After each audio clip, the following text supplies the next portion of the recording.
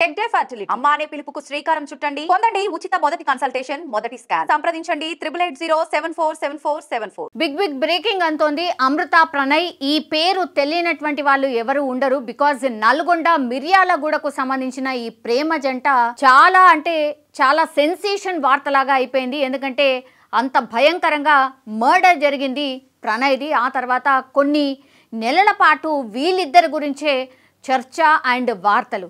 So ఈ కేసుకి సంబంధించి ఈరోజు తుది తీర్పు వెల్లడించింది కోర్టు. దానికి సంబంధించిన అప్డేటే మనకు అందుతోంది. ఎందుకంటే ఈ కేసులో అన్ని సంచలనాలే. బికాజ్ ఆ రోజు ఏం జరిగింది ఏంటి అనేది చెప్పుకుందాం. కానీ దానికంటే ముందు కోర్టు ఏం తీర్పు ఇచ్చింది ఏంటి అనేది నేను చెప్పే ప్రయత్నం చేయబోతున్నాను. ఈరోజు తుది తీర్పు వెల్లడించింది ఈ కేసులో. సో ఈ కేసుకి సంబంధం ఉన్నటువంటి 8 మందిలో ఏమనగా మారుతిరావు అంటే అమృతకు సంబంధించిన ఫాదర్, ఆయన ఆత్మహత్య చేసుకొని చనిపోయిండు. ఆయనే అమృతకు సంబంధించిన ఫాదర్. ఈ కేసు పూర్తిగా సూత్రధారి అతనే, కానీ ఆయన ఆత్మహత్య చేసుకోవడం జరిగింది. ఈ కేసులో A2గా ఉన్నటువంటి సుభాష్ శర్మకు కోర్టు ఉరిశిక్ష విధించింది. అంటే A2గా ఉన్నాడు కాబట్టి ఉరిశిక్ష. దెన్ మిగిలిన ఎవరైతే 6 దోషులు ఉన్నారో వాళ్ళందరికీ కూడా జీవిత ఖైదు విధించడం అయితే జరిగింది. అంటే ఏ ఇయర్లో జరిగిందంటే 2018 సెప్టెంబర్ 14న ప్రణయ్ హత్యకు గురైండు. ఉమ్మడి నల్గొండ జిల్లా మిర్యాలగూడలోని ఓ ప్రైవేట్ ఆసుపత్రిలో ప్రణయ్ భార్య అమృతకు చెకప్ చేయించి తిరిగి వస్తున్నటువంటి సమయంలో దుండగులు ఆయన్ను హత్య చేశారు. యాక్చువల్లీ అమృత కన్సీవ్ అయి తను డాక్టర్ని గైనకాలజిస్ట్ దగ్గరికి చూయించుకోవడానికని వెళ్ళింది. సో వీళ్ళిద్దరూ ఆ తర్వాత ఈ ప్రణయ్ వాళ్ళ మదర్, వీళ్ళు ముగ్గురు కూడా హాస్పిటల్కి వెళ్తున్నటువంటి సమయంలోనే అమృత వాళ్ళ ఫాదర్కి వీళ్ళిద్దరు పెళ్ళి ఇష్టం లేదు. ఎందుకంటే క్యాస్ట్కి సంబంధించి ఆయనకు అసలు ఇష్టం లేకుండే, క్యాస్ట్ వేరేతను అనేటువంటిది అతని ఫాదర్కి చాలా కోపంగా ఉండింది. అందుకని పెళ్ళైన చాలా రోజుల నుంచి కూడా ఎట్లా ఏం చేద్దామని ఆలోచించి లాస్ట్కి వస్తే ఖచ్చితంగా ఎవరైతే వాళ్ళ అమ్మాయి ఉన్నారో అమ్మాయి ప్రేమించి పెళ్లి చేసుకున్నటువంటి వ్యక్తినే చంపేద్దాం అనుకున్నాడు. ప్లాన్ ప్రకారమే కిరాయి రౌడీలను పెట్టుకొని ఆయన చంపేయడం అయితే జరిగింది. సో అసలు ఏం జరిగింది ఒక్కసారి చూద్దాం. ప్రణయ్ అమృత చిన్ననాటి స్నేహితులు. ఈ స్నేహం ప్రేమగా మారింది. ఈ ప్రేమకు అమృత పేరెంట్స్ అభ్యంతరం తెలియజేశారు. వీరిద్దరివి వేరువేరు సామాజిక వర్గాలు. దీంతో అమృత పేరెంట్స్ ఈ పెళ్లికి ఒప్పుకోలేదు. ప్రణయ్ను అమృత కుటుంబ సభ్యులు వార్నింగ్ కూడా ఇచ్చిండ్రు. వాళ్ళిద్దరికీ కూడా వార్నింగ్ కూడా ఇవ్వడం జరిగింది. అయితే 2018 జనవరి 31న అమృత ప్రణయ్ హైదరాబాద్ ఆర్య సమాజ్లో పెళ్లి కూడా చేసుకున్నారు. ఆ తర్వాత కొంతకాలం వీరిద్దరూ మిర్యాలగూడకు దూరంగా ఉన్నారు. ఆ తర్వాత మిర్యాలగూడకు వచ్చారు. మిర్యాలగూడలో అమృత ప్రణయ్ పెళ్లి రిసెప్షన్ కూడా చాలా గ్రాండ్గా జరిగింది. ఆ తర్వాత కొన్ని రోజులకే ప్రణయ్ హత్యకు గురయ్యాడు. సో 1600 పేజీల ఛార్జ్షీట్ నమోదైంది హత్యకు గురైన తర్వాత. సో డీటెయిల్డ్ రిపోర్ట్ ఇది, డీటెయిల్డ్ ఛార్జ్షీట్ ఇది. సాక్షులందరినీ ప్రవేశపెట్టి ఈ కేసులో ఎవరెవరు ఇన్వాల్వ్ అయి ఉంటారు ఏంది అనేది కూడా పూర్తిగా ఇన్వెస్టిగేషన్ నడిచింది. 2018 నుంచి ఈనాడు వరకు పూర్తిగా సాక్షులు ఏవైతే ఈ సాక్ష్యాధారాలు ఏవైతే ఉంటాయో వాటన్నిటినీ కలెక్ట్ చేస్తే 1600 పేజీల ఛార్జ్షీట్ అయింది అది. సో ప్రణయ్ తండ్రి బాలస్వామి ఫిర్యాదు మేరకు పోలీసులు ఈ కేసు విచారణ చేశారు. అంటే అప్పట్లో ఉమ్మడి నల్గొండ జిల్లా ఎస్పీగా ఉన్న ఏవి రంగనాథ్ ఈ కేసు విచారణను స్వయంగా దగ్గరుండి పర్యవేక్షించారు. ఈ కేసుకు సంబంధించి 2019 జూన్ 12న పోలీసులు 1600 పేజీల ఛార్జ్షీట్ దాఖలు చేశారు. ఈ కేసులో A1గా అమృత తండ్రి తిరునగరు మారుతిరావు, A2గా బీహార్కు చెందినటువంటి సుభాష్ శర్మ, A3గా అస్గర్ అలీ, A4గా అబ్దుల్ బారీ, A5గా MA కరీం, A6గా తిరగనూరు శ్రవణ్ కుమార్, A7గా శివ, A8గా నిజాంను నిందితులుగా చేర్చడం జరిగింది. ఈ కేసులో కులాంతర వివాహం చేసుకున్నందుకు ప్రణయ్ను మారుతిరావు హత్య చేయించారని పోలీసులు తమ విచారణలో తేల్చారు. సో ఇతను అంటే ప్రణయ్ని చంపించడానికి మెయిన్ రీజన్ ఏంటంటే అమృత తండ్రి. సో ఆయన పేరు వచ్చేసి మారుతిరావు.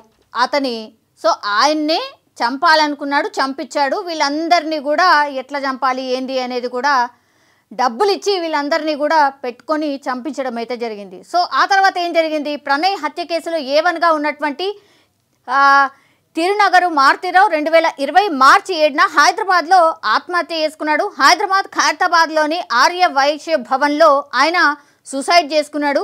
అమృత అమ్మ వద్దకు వెళ్ళు అంటూ ఆయన ఆ సూసైడ్ లేఖలో రాసినట్టు అప్పట్లో మీడియాలో కథనాలు కూడా వెలువడ్డాయి.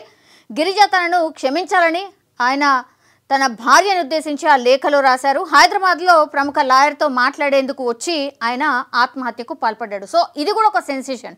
2018లో ప్రణయ్ని చంపించిన మారుతిరావు ఆ తర్వాత బెయిల్ మీద అంటే అరెస్ట్ అయిండు, ఆ తర్వాత బెయిల్ మీద రిలీజ్ అయిండు. 2020లో ఏదో పనుంది ఆర్ ఈ కేసుకి సంబంధించి లాయర్ దగ్గరికి వెళ్ళొస్తాను అంటూ ఇక్కడికి వచ్చిన తర్వాత ఆత్మహత్య చేసుకోవడం జరిగింది. అయితే ఆత్మహత్య చేసుకున్నటువంటి టైంలో ఆయన ఒక సూసైడ్ లెటర్ కూడా రాసిండు. అది ఏంటి అని అంటే అప్పటికి కూడా తన కూతుర్ని నువ్వు అత్తగారింట్లో ఉండొద్దు, నువ్వు అమ్మగారింటికే వెళ్ళు అనేటువంటిది కూడా సూసైడ్ లెటర్లో రాసిండు. అట్లనే అతని భార్యకు కూడా నన్ను క్షమించు అనేటువంటి మాట రాయడం జరిగింది. సో అడుగడుగునా ఈ కేసుకి సంబంధించి అయితే సెన్సేషనలే న్యూస్ వచ్చిన పరిస్థితి అయితే కనిపించింది. సో ఆఫ్టర్ 2018లో ఇన్సిడెంట్ జరిగితే ఈరోజు మనం 2025లో ఉన్నాం. అంటే ఆఫ్టర్ 6 years తర్వాత ఈ కేసులో తుది తీర్పు వచ్చింది. ఇప్పుడు మరి ఈ అంటే అమృత కావచ్చు లేదంటే వాళ్ళ ఫ్యామిలీ అంటే అత్తమామలు కావచ్చు, మరి వాళ్ళ రియాక్షన్ ఏంటి, వాళ్ళు నిజంగానే ఈ తీర్పు పట్ల హ్యాపీగా ఉన్నారా లేకపోతే న్యాయం జరిగింది అనేటువంటి థాట్లో ఉన్నారా ఏంటి అనేది కూడా మనం చూడాల్సిందే. బట్ నిజంగానే అంటే వాళ్ళ కొడుకుని పోగొట్టుకున్నారు కాబట్టి వాళ్ళు కాసేపటి క్రితమే ఈ ప్రణయ్కి సంబంధించిన ఏదైతే ఆయన క్రిమేషన్ జరిగినటువంటి ప్రాంతానికి వెళ్ళారు. అక్కడికి వెళ్ళి పాపం ఆయనకు నీ ఆత్మకు శాంతి కలగాలి అన్నటువంటి మాట చెప్పడం, కన్నీళ్లు పెట్టుకోవడం కూడా కొంత కలిసివేస్తున్న సిచ్యువేషన్ అయితే కనిపించింది. బట్ ఈరోజు అయితే నాకు తెలిసి బికాస్ మారుతిరావు ఆల్రెడీ చనిపోయి ఉన్నాడు, వీళ్ళందరికీ కూడా ఒకతనికేమో A2గా ఉన్నటువంటి అతనికి ఉరిశిక్ష పడింది, మిగతా వాళ్ళందరికీ కూడా జీవిత ఖైదు పడింది. కాబట్టి నాకు తెలిసి అంటే ఈ ప్రణయ్ వాళ్ళ అమ్మా నాన్న కొంతవరకు న్యాయం జరిగిందని భావించే అవకాశాలు అయితే కనిపిస్తున్నాయి. దానికి ముందే కొన్ని నెలల ముందే మ్యారేజ్ అయింది. ఆ తర్వాత చిన్న బిడ్డ కూడా పుట్టాడు. పుట్టిన తర్వాత పాపం అతను లైఫ్ అంతా ఈ విధంగా అంటే అతను అంత ఊహించుకోలేదు దీనికి ఇంత పగడ్బందీగా జరుగుతుందని చెప్పేసి. సో పెళ్ళయి చిన్న బిడ్డ కూడా పుట్టి ఇది ఇప్పుడు ఇతను మరణశిక్ష అనేది డెఫినెట్గా ఇది అందరికీ కూడా ఇది ఒక గుణపాఠం కావాలి. ఇట్లాంటి హైడ్ కిల్లర్స్కి లేకపోతే ఇది ఆనర్ కిల్లింగ్స్లో ఇన్వాల్వ్ అయ్యే వాళ్ళకి వీళ్ళందరికీ కూడా ఒక గుణపాఠం కావాలి. అండ్ మీరు ప్రణయ్కి దీంట్లో కేసులో మర్డర్ చేసినప్పుడు కూడా మారుతిరావు ఆయనతో కూడా మేము మాట్లాడినప్పుడు కూడా చెప్పాము, సో ఇది నీ బిడ్డ అంటే నీకు ప్రేమ ఉండొచ్చు, బట్ వేరే వాళ్ళ బిడ్డ అతని ప్రాణాన్ని చిట్ట చివరికి ఈరోజు వచ్చినటువంటి తీర్పుతోని న్యాయం అనేది జరిగింది. వాస్తవంగా అందరూ మీకు సంతోషంగా ఉందంటారంటే సంతోషం కాదు, ఇది వాస్తవంగా ఏంటంటే నా బాధను ఎవరు తీర్చలేరు, కొడుకు లేని బాధ ఎవరు తీర్చలేరు. మేము ప్రతినిత్యం బాధపడుతూనే ఉన్నాం. ఎవరన్నా బయట బాబులు కనుక్కున్నప్పుడల్లా మా బాబు క్లాస్మేట్స్ కనిపించినప్పుడల్లా బాధ ఉంటుంది. కాబట్టి దయచేసి నేను చెప్పేది ఏంటంటే చంపుకోవటం అనేది కరెక్ట్ కాదు. ఇప్పుడు నా మనవడు ఉన్నాడు, మనవడిని కూడా మేము చూసుకోవాలి. మాకు ఎవరి మీద కోపాలు లేవు. మేము ఈ కేసు విషయంలో సాక్ష్యం చెప్పాము, మా బాధ్యత మేము నిర్వర్తించాం. కేవలం ఈ హత్యలు ఆగాలనే ఉద్దేశంతో చెప్పాము తప్ప వేరే మరొకటి కాదని ఈ సందర్భంగా తెలియజేస్తున్నాను. న్యాయస్థానం కూడా కరెక్ట్ అయిన తీర్పిచ్చింది. ఈ సందర్భంగా చిట్ట చివరిగా నేను చెప్పేది ఒకటే, న్యాయం అనేది ఉంటుంది. పోలీసులు కానివ్వండి, చట్టం కానివ్వండి, న్యాయమూర్తులు కానివ్వండి, న్యాయవాదులు కానివ్వండి ప్రలోభాలకు లొంగుకారు. ఈ దేశంలో, ఈ రాష్ట్రంలో, ఈ సమాజంలో న్యాయం అనేది ఉందని మరొకసారి రుజువందని తెలియజేసుకుంటూ సెలవు తీసుకుంటాం.